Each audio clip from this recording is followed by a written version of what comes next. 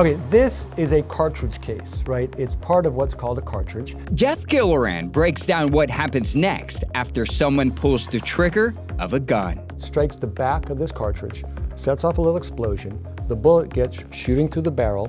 As the chief attorney in the forensics division for Maryland's Office of the Public Defender, he works to discredit flawed forensics, masquerading as science used by prosecutors in criminal cases. There's markings on the back Ballistics matching is among them. that were created by the gun. It's a technique used by firearm examiners who claim they can identify a bullet fired from a specific gun based on the markings it leaves behind. The discipline essentially boils down to, I know a match when I see it. So we don't know how many times firearms examiners have gotten it wrong. Maryland's Forensics Division is one of 11 specialized units within the state's public defender system that offer expert legal defense typically only afforded by the wealthy, now available to the poor who cannot afford an attorney. Natasha Dartigue is head of the state agency. The quality of your representation should not matter by how large or how small your bank account is.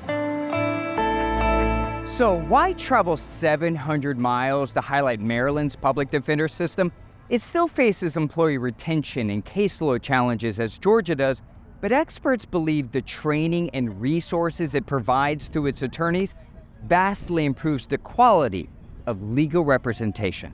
Other specialized units in Maryland's system include lawyers with expertise in parental defense, mental health, and a social workers division. While a few of Georgia's urban judicial circuits like Atlanta have similar resources, it's not available statewide. Lisa Monet Wayne is executive director of the National Association of Criminal Defense Lawyers. That allows lawyers to be lawyers and not have to be social workers and paralegals and investigators. You have all of those things staffed. Also in those specialized units, those lawyers are able to train other lawyers. This past May, the Georgia Public Defender Council announced a new specialized unit, but it has nothing to do with improving the quality of representation.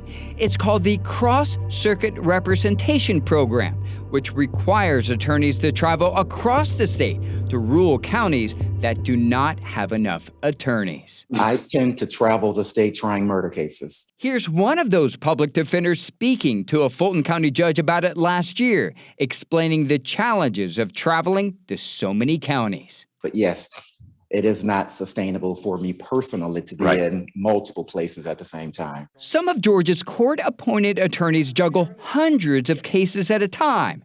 Maryland admits its attorney caseloads can be high too. But here's the bottom line. If I'm carrying 1,000 cases, it doesn't matter how well trained I am, it doesn't matter how many specialty task force may be within the system, I'm overwhelmed.